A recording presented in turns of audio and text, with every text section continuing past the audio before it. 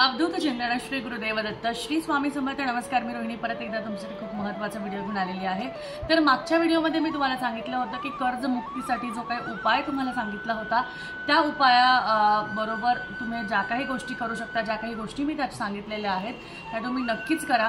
पण त्याचबरोबर मला असं वाटलं की तुम्हाला अजून कर्जमुक्ती तुम्हाला घडून घ्यायची असेल, म्हणजे तुम्हाला त्यातनं मुक्त व्हायचं असेल तर काही गोष्टी तुम्हाला मी सांगते। म्हणजे कधीही कोणालाही पैसे देताना किंवा पैसे घेताना तुम्हाला काय असं गोष्टी करायला हव्या ज्याच्याने पैशाची आवक तुमच्याकडे वाढेल, कधीच अफाट पैसा तुमच्याकडनं खर्च होणार नाही, फालतूचे खर्च टळतील आणि त्याचबरोबर 4 वेळा तुम्ही विचार कराल कोणतेही पैसे खर्च करताना, पण येताना ते तुमच्याकडे 100 पटीने येत जातील। तर त्यासाठी तुम्हाला काय करायचं आहे, तुम्हाला मंगळवारीच तुम्हाला जे आहे पैसे जे आहे ते द्यायचे नाही आहेत पण घ्यायचे आहेत। आता पैसे घेताना तुम्हाला एक आकडा म्हणायचा आहे आणि पैसे देताना सुद्धा तुम्हाला एक नंबर म्हणायचा आहे।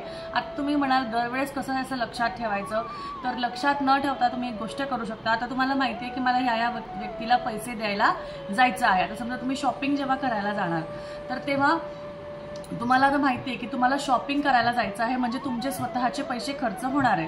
तर त्यावेळेस तुम्हाला तुमच्या डाव्या हातावर कुठेही निळ्या पेननी तुम्हाला 708 असा आकडा लिहून ठेवायचा आहे।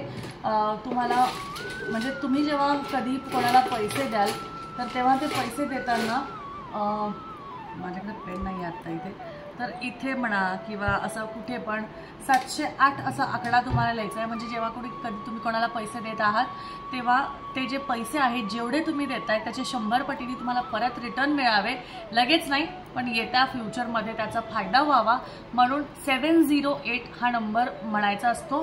किंवा तो ज्या हाताने तुम्ही पैसे देणार आहात, इव्हन तुम्ही गुगल पे जरी करता, फोन पे जरी करता तर तुम्ही तुमच्या दोन्ही हाताने करता, तर तुम्ही उजव्या हातातल्या किंवा डाव्या हातातल्या कोणत्याही हातात जो हात तुमचा वापरण्याचा आहे त्या हातावर लिहा आणि देताना 708 असा नंबर म्हणायचा आहे। आता समजा तुम्ही रिटर्न पैसे कोणाचे जर घेत असाल तर समजा आता तुमच्याकडनं कोणी कर्ज घेतलेला आहे आणि तो व्यक्ती तुम्हाला लवकर पैसे तुमचे परत देत नाहीये, तर त्यावेळेस तुमच्या हातावर किंवा पैसे घेताना तुम्हाला 136 हा नंबर लिहायचा आहे। तुमच्या हातावर 136 हा नंबर लिहायचा आहे।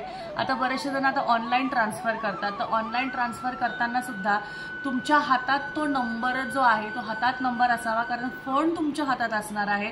तुमचं फोनच तुमचं बँक बॅलन्स आहे आजकाल, त्यामुळे त्या हातात तुम्हाला तो फोन धरायचा आहे आणि तुमच्या हातात तो नंबर असायला हवा।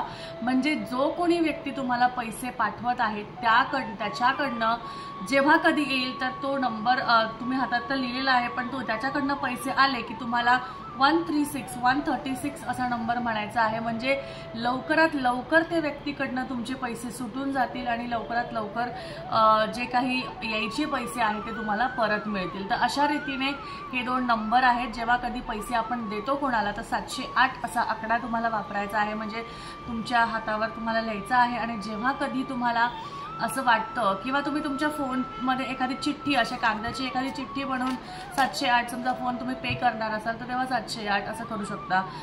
जेव्हा तुम्हाला असं वाटतं की मला कोणाकडून तरी पैसे यायचे आहेत तर 136 तुम्ही एखाद्या पेनने लिहू शकता, तुम्ही एखाद्या स्केच पेनने लिहू शकता, कागदाची चिठ्ठी त्याच्यामध्ये टाकू शकता, कारण आपल्या फोनचे बॅक कव्हर्स असतातच त्यामध्ये ती चिठ्ठी टाकू शकता। अशा पद्धतीने तुम्हाला ती गोष्ट करायची आहे। दोन्ही गोष्टी वेगळ्या वेगळ्या आहे। देताना आपल्याला 708 लिहायचं आहे आणि आपण जेव्हा पैसे घेणार आहोत तेव्हा 136 नंबर म्हणजे 136 तुम्हाला लिहायचं आहे। हे जे 2 आकडे आहे हे लॉ ऑफ अट्रॅक्शन नुसार मॅजिकल नंबर्स आहेत आणि हे मॅजिकल नंबर पैसे खूप आकर्षित करतात आणि म्हणजे जिकडच्या तिकड्या त्या जागेवर ते पैसे जाऊन पोहोचतात असा बऱ्याचशा लोकांचा अनुभव आहे। नक्की करून बघा, त्याचा फायदा तुम्हाला नक्कीच होईल। चला, आजच्या व्हिडिओमध्ये एवढीच माहिती। व्हिडिओ आवडल्यास नक्कीच लाईक करा, शेअर करा, चॅनलला सबस्क्राईब करा। परत भेटूया। श्री स्वामी समर्थ।